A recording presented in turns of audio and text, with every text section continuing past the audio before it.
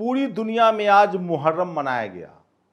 सोचिए, करबला की कहानी, जिसे पता था कि हमारी हार हो सकती है, लेकिन फिर भी लड़ा गया क्योंकि इंसानियत के लिए लड़ना था, इंसानियत के लिए कुर्बानी दी गई। और ये तस्वीरें देखिए,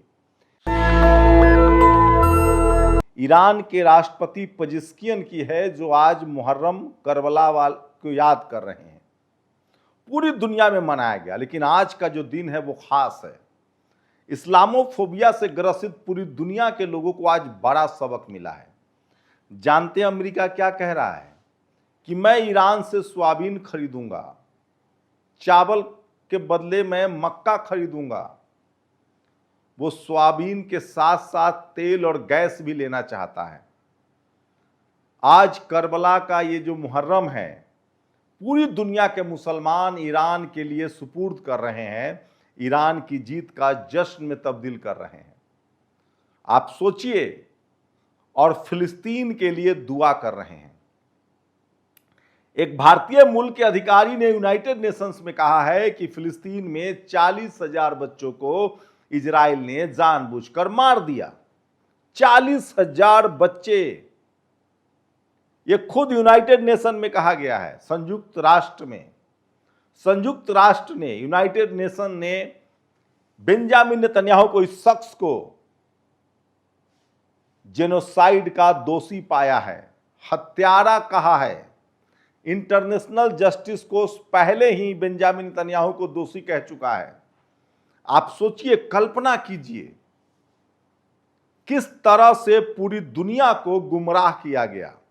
अब तक पिछले 50 सालों से लगभग अब तक कहा गया कि ईरान जो है वहां महिलाओं को अधिकार नहीं है, ईरान आतंकियों का सरगना है। सब झूठ का झूठ साफ हो गया। दुनिया को पता चल गया कि ईरान तकनीक, विज्ञान और शिक्षा का केंद्र है और इंसानियत के लिए लड़ने वाला है। आज मुहर्रम पर करबला के दिन क्यों ईरान की तुलना की जा रही है? क्योंकि जिस तरह से करबला का यह युद्ध हुआ था, जिसमें ये जानते हुए कि हम हार सकते हैं फिर भी लड़ा गया था इंसानियत के लिए, यही तो ईरान कर रहा था। 28 फरवरी से पहले दुनिया के किसी भी देश को, किसी भी जानकार को यह अंदाजा था कि अमेरिका को ईरान घुटने पर ला देगा, लेकिन ईरान लड़ा इंसानियत के लिए, मासूमों के लिए, महिलाओं के लिए, बुजुर्गों के लिए और अपनी संप्रभुता के लिए। सोचिए, लेकिन इसमें आपको लेबनान, यमन और हमास को, फिलिस्तीन को नहीं भूलना चाहिए। सोचिए, फिलिस्तीन जो एक गरीबों का देश, न नेवी, न एयरफोर्स, न आर्मी, किसानों का देश, किस तरह से इजराइल ने उस पर कब्जा कर लिया, उस पर बम गिराए। 40,000 सिर्फ बच्चों को मार दिया गया। अब उसी इजराइल को चारों तरफ से खाड़ी देश घेर रहे हैं। और इसलिए मुहर्रम पर आज पूरी दुनिया के मुसलमान जो इस्लाम मानते हैं और पूरी दुनिया के अमन पसंद लोग कहते हैं कि करबला का इतिहास फिर से दोहराया गया है। ईरान ने वो इतिहास दोहराया है और एक साथ उसने अमेरिका और इजराइल दोनों को घुटनों पर लाकर इंसानियत की रक्षा की है। ईरान सिर्फ अपने लिए नहीं लड़ रहा है, ईरान फिलिस्तीन की आज़ादी के लिए लड़ रहा है, ईरान लेबनान की आज़ादी के लिए लड़ रहा है, ईरान यमन की सुरक्षा के लिए लड़ रहा है, साथ ही ईरान पूरी दुनिया में मानवता के लिए लड़ रहा है। सोचिए, युद्ध के दौरान ईरान ने क्या कहा कि अगर ग्रीनलैंड को हमारी जरूरत होगी तो हम वहां भी लड़ेंगे। दरअसल ग्रीनलैंड पर अमेरिका कब्जा करना चाहता था। ईरान ने क्या कहा? हम क्यूबा के साथ खड़े रहेंगे। क्यूबा पर अमेरिका कब्जा करना चाहता था।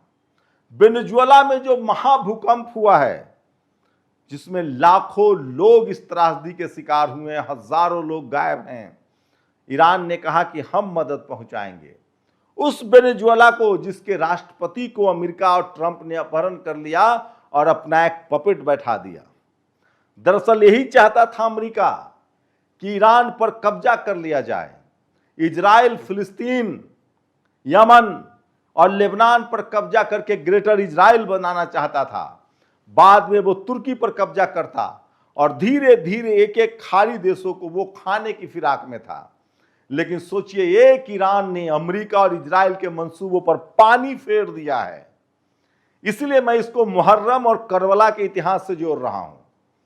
100 साल के इतिहास में सबसे भयानक और सबसे खतरनाक लड़ाई लड़ी गई, और इस लड़ाई में ईरान ने दिखा दिया कि उसके पास विज्ञान, ज्ञान, तकनीक और इंसानियत का जज्बा है।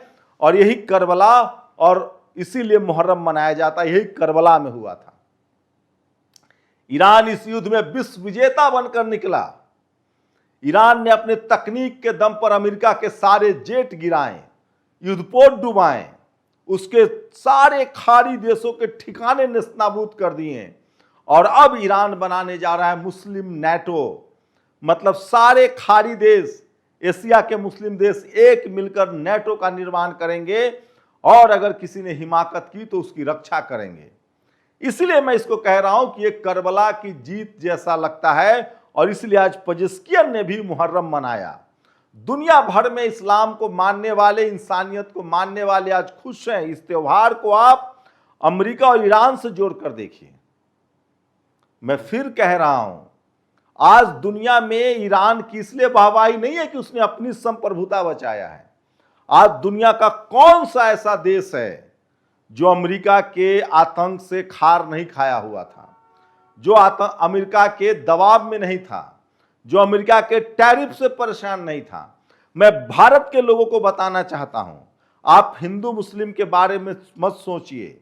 आप हो सकता है कि हिंदू मुस्लिम करबला, ईरान को हिंदू मुस्लिम से जोड़कर देखेंगे, लेकिन सोचिए अमेरिका ने भारत के लोगों को कैसे हथकड़ी लगाकर भेजा, अमेरिका ने कैसे हम पर टैरिफ लगाया, अमेरिका ने ऑपरेशन सिंदूर में कैसे भारत का अपमान किया, अमेरिका ने कैसे नरेंद्र मोदी का मजाक बनाया कि करियर बर्बाद कर देंगे, और कैसे अमेरिका ने कहा कि भारत को हमसे ट्रेड डील करना पड़ेगा, कैसे अमेरिका ने हमारे 3 नाविकों की हत्या कर दी, और जब उसके विदेश मंत्री ने कहा कि नियम तोड़ोगे तो मारे जाओगे। इन सब के खिलाफ लड़ा ईरान। दुनिया के तमाम देश जो अमेरिका के डर से, उसके हथियारों की वजह से नहीं बोल पाते थे, उन सब की लड़ाई लड़ा ईरान। अपनी संप्रभुता के साथ साथ उसने इजराइल और अमेरिका से जितने देश आहत थे सबके उसने सांसें दी और कहा कि अमेरिका से डरने की जरूरत नहीं है। तो सोचिए 100 साल के इतिहास में इस तरह की वारदात, इस तरह की जीत नहीं मिली थी। और सेकेंड वर्ल्ड वॉर के बाद और ईरान के 45 साल के प्रतिबंधों के बावजूद जिस तरह से उसने लड़ाई लड़ी है, वो करबला की युद्ध से भी भयानक युद्ध था। तो सोचिए ईरान आज सचमुच मुहर्रम मना रहा है, उसके राष्ट्रपति पजेस्कियन मुहर्रम मना रहे हैं। पूरी दुनिया के मुस्लिम जगत आज राहत की सांस ले रहा है, जिनको पश्चिम की मीडिया, जैसे भारत की जातिवादी मीडिया है, उसी तरह से पश्चिम की गोरों की मीडिया ने इस्लामोफोबिया फैलाया था, पूरी दुनिया में इस्लाम को बदनाम किया, मुसलमानों को बदनाम किया। आज दूध का दूध और पानी का पानी हो गया है कि मासूम बच्चों, महिलाओं, बुजुर्गों को मारा इजराइल ने। क्या ये आतंकवाद नहीं है? अमेरिका ने अब तक वियतनाम से लेकर, पहले उसने युद्ध सेकेंड वर्ल्ड वॉर में जापान पर परमाणु बम गिराया, उसके बाद वियतनाम पर, सीरिया पर, इराक पर, लीबिया पर,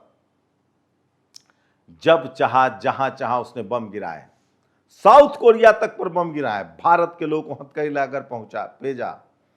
क्या यह अपराध नहीं था? क्या यह आतंकवाद नहीं था? मैं फिर कह रहा हूं, जैसे भारत की जातिवादी मीडिया है जो एक जाति को प्रोपगेट करती है, एक जाति का हत्यारा मारा जाए तो उसे वीर कहा जाता है, और जब इस देश के दलित, पिछड़े, किसान, आदिवासी, अल्पसंख्यक मारा जाए तो उसे आतंकवादी, नक्सलवादी, उग्रवादी कहा जाता है। उसी तरह से पश्चिम की मीडिया, गोरी मीडिया, पूरी दुनिया में इस्लाम को बदनाम करती है, मुसलमान को बदनाम करती है, जबकि ईरान ने 21वीं सदी में दिखा दिया है कि वो लड़ रहा था इंसानियत के लिए, वो लड़ रहा था मानवता के लिए। जब फिलिस्तीन में 40,000 मासूम बच्चों को मार दिया गया और पूरी दुनिया चुप थी, यूनाइटेड नेशंस चुप था, सिर्फ वोटिंग हो रही थी, कोई हिम्मत नहीं कर पा रहा था कि अमेरिका के गले में कौन घंटी बांधेगा। तब लेबनान निकला, तब हमास निकला, तब हुती निकला, तब हिजबुल्लाह निकला। उसके बावजूद ईरान पर जिस तरह से हमले किए गए, पजेश्कियन ने कहा कि अगर हमारे पास ड्रोन और मिसाइल नहीं होता तो ईरान के मासूमों को भी इसी तरह से नेस्तनाबूद कर दिया जाता। तो ये जीत ईरान की जीत नहीं है, ये इंसानियत की जीत है, मानवता की जीत है, और ये गोरी मीडिया की हार है जो दुनिया भर में खनिज और संपदा लूटने का अभियान चलाता है। ठीक कहा इटली के एक पत्रकार ने कि अमेरिका और इजराइल को वही लोकतंत्र लाना होता है जहां सोने का भंडार या तेल का कुआं होता है। और ये दुनिया देख रही है। ईरान की जीत पर आज लोग जश्न भी मना रहे हैं और उसकी तुलना करबला की युद्ध से कर रहे हैं। और ईरान ने पूरी दुनिया को, सिर्फ मुसलमानों को नहीं, दुनिया के हर एक देश को अमेरिका से आजादी दिलाई है। अब दुनिया का शायद ही कोई देश होगा जो अमेरिका से डरेगा, खौफ खाएगा या उसके लूट को सही मानेगा।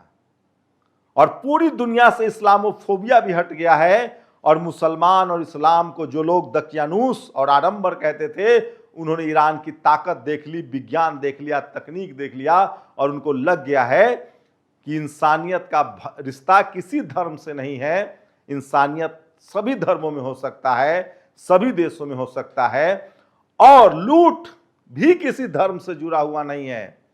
किसी भी धर्म के लोग लुटेरा, आतंकवादी और देश के लूटने वाले हो सकते हैं। सोचिएगा जरूर। शुक्रिया। नेशनल दस्तक की आपसे गुजारिश है कि अगर इसको बचाना चाहते हैं तो नेशनल दस्तक को सब्सक्राइब करने के लिए रेड कलर के सब्सक्राइब बटन को दबाएं, फिर बेल आइकन की घंटी दबाएं। नेशनल दस्तक को बचाने के लिए बहुत जरूरी है कि हर खबर को शेयर करें, लाइक करें, कमेंट जरूर करें।